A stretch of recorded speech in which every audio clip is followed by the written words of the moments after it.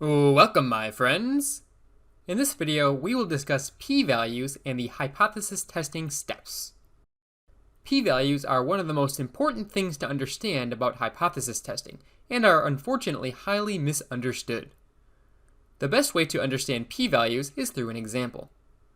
Let's say the mean of some population is stated to be 20, but we believe 20 is too small. The null hypothesis might be that mu is equal to 20. And the alternative hypothesis might be that mu is greater than 20. The alternative hypothesis reflects our belief that the stated mean of 20 might be too small. We think the mean is greater than 20. Since the alternative hypothesis has a greater than sign, that means we have a right-tailed test. For the purpose of testing the hypotheses, we assume the null hypothesis is true, which means we have a distribution centered at mu equals 20. Then we go out and take a sample and calculate a statistic, in this case x bar, the sample mean. If the null hypothesis is true, we should expect to see a sample mean close to 20, but if the alternative hypothesis is true, we might expect to see a sample mean higher than 20, somewhere in the right tail of the distribution. Let's say the sample mean is 21. The value is greater than the hypothesized value for the mean, but is it big enough to discredit the null hypothesis? It could be due to chance that we got a slightly higher sample mean than the population mean, or it could signify that the stated population mean is wrong. Suppose the probability of sampling x bar greater than 21 from this distribution is 0.15, or 15%.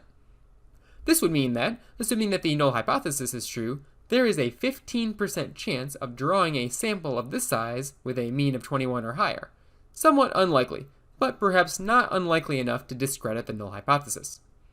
Events like this, or even more extreme events, happen on 15% of samples, assuming that the null hypothesis is true. But suppose the sampled x bar is 22. Perhaps this results in a probability x bar is greater than 22 of only 0.01, or 1%. If the null hypothesis is true, and the mean really is 20, receiving an x bar of 22 or higher is very rare and only happens in 1% of samples. This might give us a good reason to question the null hypothesis, and perhaps adopt the alternative hypothesis. This percentage is what we call a p-value, and is defined as the probability of observing results as extreme or more extreme than those observed in our sample, under the assumption that the null hypothesis is true. By more extreme, I mean further in the tail of the distribution than the sampled statistic.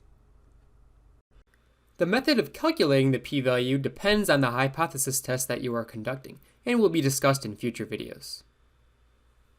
You may remember that the level of significance, alpha, represents the probability of rejecting the null hypothesis when it's true, what is called a type 1 error.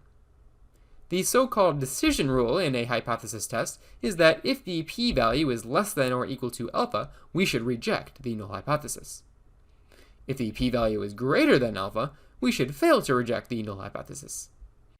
The level of significance is a value set by the researcher prior to conducting the test. Setting a lower level of significance, like 1%, makes it more difficult to reject the null hypothesis, but also reduces the chance of making a type 1 error. You can remember the decision rule through this little saying: if the p-value is low, the null has to go. If the p-value is high, the null will fly. If the p-value is low, the null has to go, means that we should reject the null hypothesis when we have a low p-value, lower than the level of significance. If the p-value is high, the null will fly, means that the null hypothesis should not be rejected when we have a high p-value, when the p-value is greater than the level of significance. Now, for a left-tailed test, we look at the probability in the left tail, the probability less than our calculated statistic. This would be when the hypotheses look something like this. Mu is equal to 20 and mu is less than 20. The p-value is now in the left side of the distribution. For a two-tailed test, such as mu equals 20 and mu is not equal to 20, we care about both extremes of the distribution. So simply take the one-tailed p-value and multiply by 2. Since all of the two-tailed hypothesis tests we will be working with are symmetrical, the corresponding tail on the opposite side of the distribution is equal, which is why we can multiply by 2. For example, if the left-tailed p-value is 1%, the two-tailed p-value will be 2%. If the right tail p-value is 5%, then the two-tailed p-value will be 10%. For two-tailed p-values, always start with the probability and the tail corresponding to the side of the distribution the statistic is on.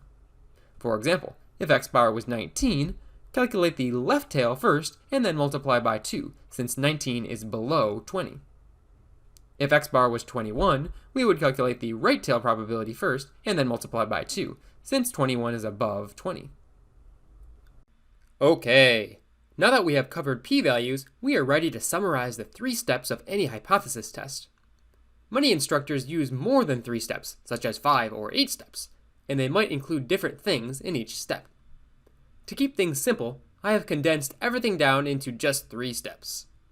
For us, step 1 is to set up the null and alternative hypotheses. The null hypothesis will always contain an equal to sign. The alternative hypothesis will contain either a less than, greater than, or not equal to sign. Depending on the sign of the alternative hypothesis, the test will be classified as either a left-tailed, right-tailed, or two-tailed test. Less than in the alternative hypothesis suggests left tail, greater than suggests right-tailed, and not equal to suggests two-tailed. Mu sub 0 is just some hypothesized value for the mean, which takes on a real number when we complete an actual hypothesis test. I'm using mu in these hypotheses, but hypothesis tests can be done on parameters other than mu. Step 2 is the biggest step, which I like to call calculations, which includes finding the test statistic and the p-value. First, we find the test statistic, which is a number calculated based on a sample in a hypothesis test in terms of some corresponding distribution, such as the z distribution, the t distribution, the chi-square distribution, or the f distribution. You are probably familiar with the z and t distributions, and we will discuss the chi-square and f distributions in future videos. If we are completing a hypothesis test based on the mean with an unknown population standard deviation, the test statistic would be found using the formula t equals x bar minus mu divided by s divided by the square root of n. Then a p-value must be calculated using the test statistic. For example, using a t-score, we would have the t-CDF function on the TI-84 calculator, which would help us calculate the p-value.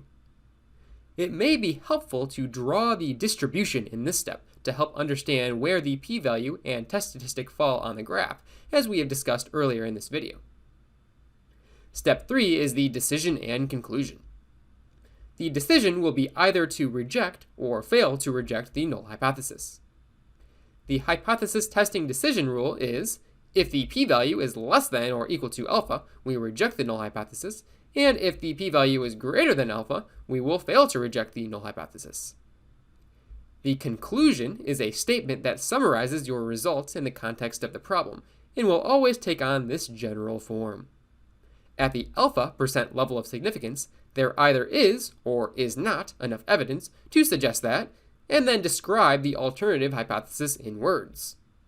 Use is when the null hypothesis is rejected, and is not when we fail to reject the null hypothesis. So an example might include this set of hypotheses, and a conclusion for failing to reject the null hypothesis might be, at the 5% level of significance, there is not enough evidence to suggest that the population mean is less than 20. Notice I used is not instead of is, as this is a conclusion where we failed to reject the null hypothesis. Make sure to write your conclusion in the context of your specific problem, including any units. That concludes my 3 steps to any hypothesis test. Note that one additional step that some instructors will ask for is to check assumptions. Each hypothesis test has a specific set of assumptions that must be met in order to conduct the test, such as a requirement for sample size or for a normal distribution. I will be mentioning the assumptions in my videos, but we will not be checking them for every single problem that I complete. Alright, my friends, that wraps up part 3 to our introduction to hypothesis testing. We will be looking at how to apply the 5 steps to specific hypothesis tests in the next several videos.